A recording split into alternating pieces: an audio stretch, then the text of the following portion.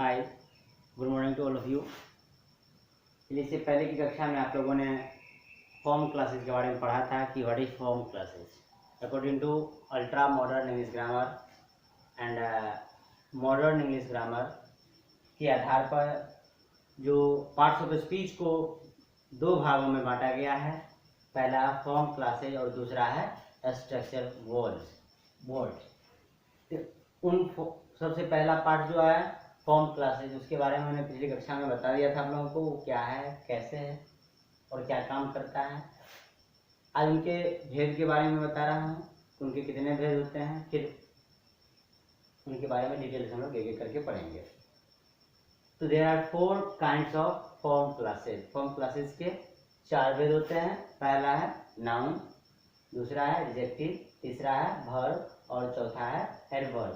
It means traditional English grammar के अनुसार जो पार्ट्स ऑफ स्पीच को 8 भागों में बांटा गया था, उस 8 भागों को मॉडर्न इंग्लिश ग्रामरियन ने क्या किया, अर्थात मॉडर्न इंग्लिश ग्रामर में क्या किया गया है, 4 भागों में बांटा गया है, नाउन, एडजेक्टिव, वर्ब और एडवर्ब।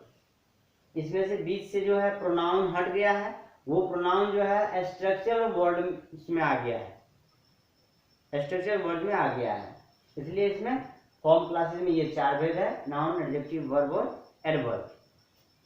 अब इनके बारे में नाउन के क्या है, कैसे है, क्या इसका नाउन का फंक्शन है, नाउन का फंक्शन क्या है। जब आप what is noun, how noun work, it means what is the function of noun, इसके बारे में जब आप सही तरीके से पढ़ेंगे तब जाकर के आप नाउन को समझ पाएंगे कि नाउन है क्या, और आगे जाकर के आपको क्लाउज में काम आएगा कि नाउन क्लाउज किसे कहते हैं और नाउन क्लाउज को कैसे पता किया जाता है, कैसे हम किसी भी सेंटेंस से नाउन क्लाउज को आप निकालेंगे। तो नाउन के फंक्शन के बारे में भी पढ़ना बहुत जरूरी है। तो हम लोग आगे पढ़ेंगे इसके बारे में डिटेल से। तो ये नेक्स्ट क्लास में आपको मैं पढ़ाऊंगा। फिलहाल मैं बताता हूँ कि स्ट्रक्चर वर्ड क्या है। हिंदी में इसको कहते हैं संरचनात्मक शब्द।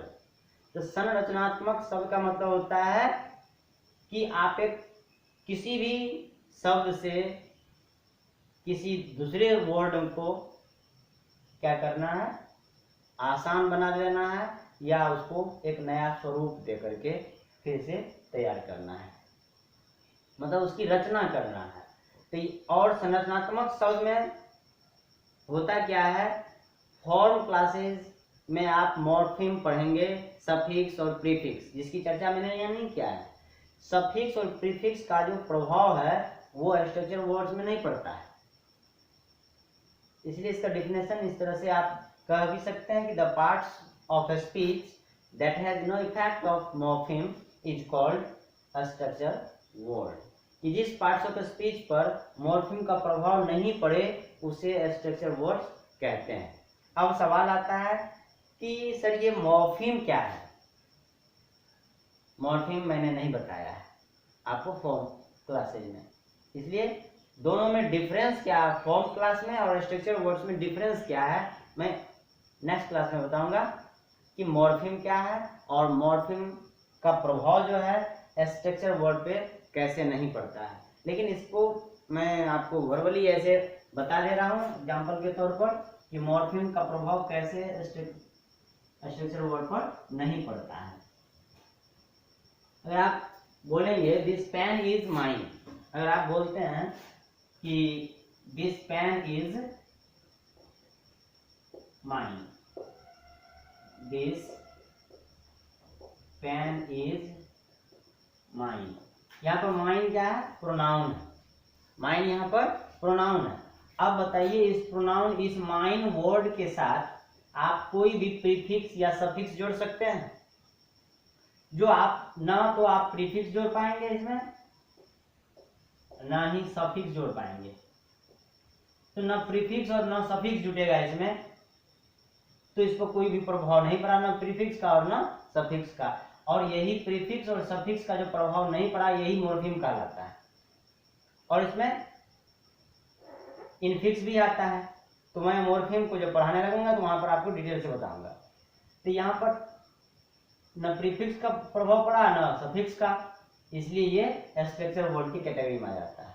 अर्थात आप कभी भी नहीं कर सकते हैं दिस पेन इज माइनली, एलवाई का प्रयोग आप नहीं कर सकते। अगर ऐसा करेंगे तो ये पूर्णतः गलत हो जाएगा। और देखें दूसरा एग्जाम्पल, आई डिस्क्राइब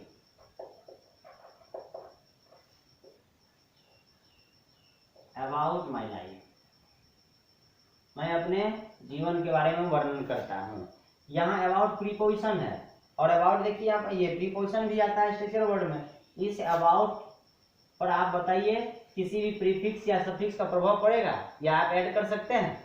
नहीं कर सकते हैं। ना आप इसमें एलवाई लगा सकते हैं, ना या इन या कुछ भी नहीं लगा सकते हैं। इसलिए ये जो है अबाउट जो है इस इनफिक्स, प्रीफिक्स और सफिक्स इट मींस मॉर्फिम के प्रभाव से मुक्त है। इसलिए इसको क्या कहते हैं हम लोग? स्ट्रक्चर वर्ड कहते हैं। अब और कैसे कैसे प्रभाव पड़ता है और क्या संरचना तैयार करता है ये स्ट्रक्चर वर्ड, इसको हम लोग और जब फॉर्म क्लास और स्ट्रक्चर क्लास ये स्ट्रक्चर वर्ड के बारे में दोनों के डिफरेंस को पढ़ेंगे तो वहां पर क्लियर हो जाएगा दोनों चीज। इनको समझने के लिए और मैं थोड़ा सा अलग तरीके से बताता हूँ। स्ट्रक्चर वर्ड का काम है किसी भी सेंटेंस के जटिल स्ट्रक्चर को आसान बना देना। इसका काम है स्ट्रक्चर वर्ड का कि किसी भी सेंटेंस के स्ट्रक्चर को जटिल से आसान बना देना, वही स्ट्रक्चर वर्ड कहलाता है। आप अपने तरीके से अपने अंडरस्टैंडिंग पावर से कह सकते हैं कि यह स्ट्रक्चर वर्ड किसी सेंटेंस के स्ट्रक्चर को जटिल से आसान बनाता है, या कि जिस पार्ट्स ऑफ स्पीच पर मॉर्फिम का प्रभाव नहीं पड़े उसे स्ट्रक्चर वर्ड कहते हैं। अब इस स्ट्रक्चर वर्ड को